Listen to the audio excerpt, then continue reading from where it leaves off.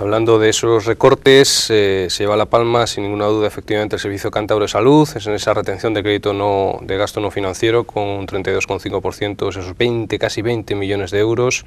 Esta educación, 13 millones, casi 14 millones de euros. Llama la atención esas cifras, efectivamente, empleo y servicios sociales, 10% de gasto no financiero en retención, que son 6 millones de euros.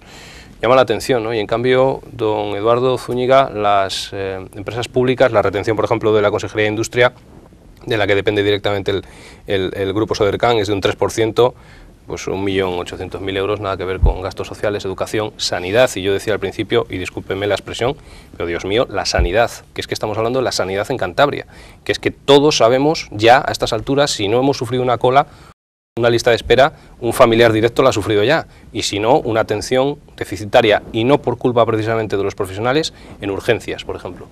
El gran leviatán de las empresas públicas que padecemos en Cantabria sigue, nada, vivito y coleando, y sale airoso. La verdad es que con estas cifras lo que le produce a uno es una gran desazón, porque es que el problema es que hemos perdido 2 años, ese es el problema más grave. Es decir, hace 2 años que muchos medios de comunicación especializados decíamos que había que reducir el gasto público.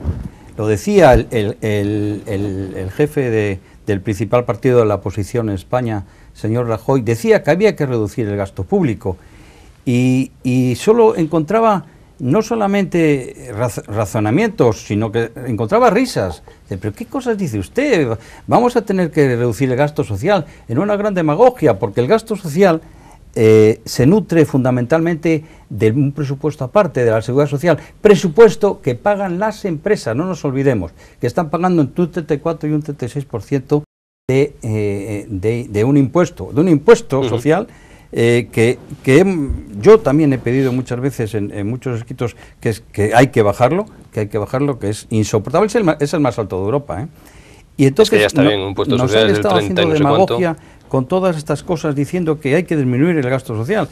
Y vamos a las autonomías y nos encontramos con este crecimiento salvaje de la empresa pública que no tiene ningún sentido. Es decir, son departamentos que podían ser departamentos de una consejería y se desgajan, se hace una empresa pública en la cual se va llenando de empleados, se va llenando de gente conocida, y esto es lo que está provocando un despilfarro tremendo en este país, y además está yéndose y revolviéndose contra el propio gobierno nacional, porque no está controlando este gasto y está pasándole factura y está siendo consecuencia del enorme déficit que estamos teniendo en España.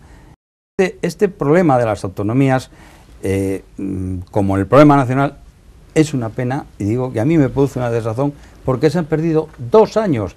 Hace 2 años que había que haber hecho un plan de ajuste y no se hizo. Lo han hecho todos los países lo han hecho, y no se hizo. Y ahora se hace mal, precipitadamente, con subidas de impuestos, que las subidas de impuestos no son buenas, también se ha dicho muchas veces, porque desincentivan la inversión, desincentivan el ahorro, se ha subido el ahorro a primeros de enero, desincentivan el consumo con la subida de IVA, y todo esto lo que hace es, al final, generar menos recaudación. En el año 93, por ejemplo, se subió el IVA, y creyendo que se iba a recaudar más. Se recaudó menos, es curioso, se subió el IVA y se recaudó menos. Y esto es lo que puede pasar ahora. Es una de las grandes incógnitas de lo que va a pasar en julio, esto es lo que puede pasar.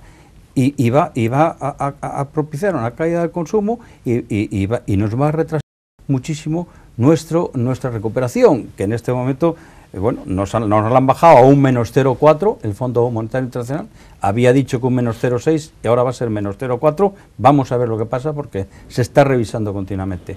Ya digo, me parece, para una persona como yo, que estoy en los medios de comunicación tratando de decir las cosas, te produce una desazón terrible el que a estas alturas, después de 2 años, vengan a decir que hay que hacer todas estas medidas.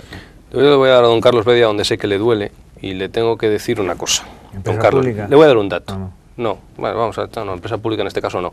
No, lo decía, yo lo comentaba al principio. Si sumamos, por ejemplo, de los datos que tengo aquí publicados por El Mundo Cantabria este fin de semana, si sumamos la retención del crédito de gasto no financiero de educación, que acabo de mencionar ahora, de educación y del Servicio Cántabro de Salud, sale más o menos lo de GFB. Es que no me mencione GFB porque me parece que es la cosa más... O sea, que tenemos que ahorrarnos en educación y en atención sanitaria lo que el gobierno malgastó. Enterró, dígalo así como fue, enterró. Eso es un enterraduro, es el proyecto GFB. Pero mire, yo le voy a poner dos ejemplos que creo que la sociedad de Cantabria tiene que conocer. Hay que ser coherente en esta vida, ¿no? Y desde un punto de vista de un político tiene que ser coherente. Yo me acuerdo hace ya mucho cuando se planteó el primer gobierno PRC-PSOE, yo lo llamo UTE, también es una unión temporal de empresas, no es una coalición, pero bueno, es un matiz.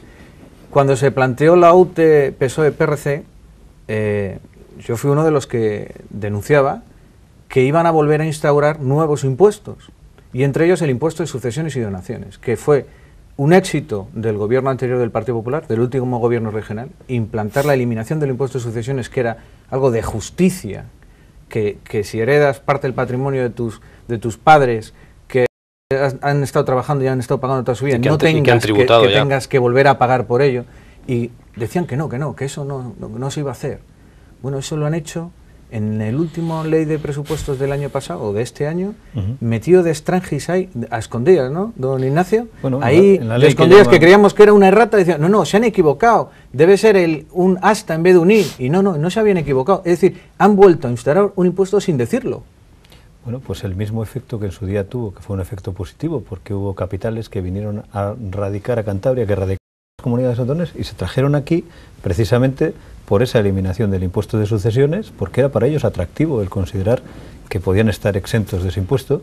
Pues ahora, y no lo dice el Partido Popular, lo dice la Asociación de Expertos, de Economistas, Auditores y demás, que va a tener como efecto el contrario, es decir, que capitales que radican hoy en Cantabria puedan salir de aquí, pasar a tributar en otras comunidades autónomas que después de Cantabria, han quitado o reducido el impuesto de sucesiones, ese que aquí el gobierno del señor Revilla y de la señora Gorostiaga han vuelto otra vez a recuperar. Lo dicen además expresamente en el documento se lo confiesan así como una de las medidas de reequilibrio al gobierno central.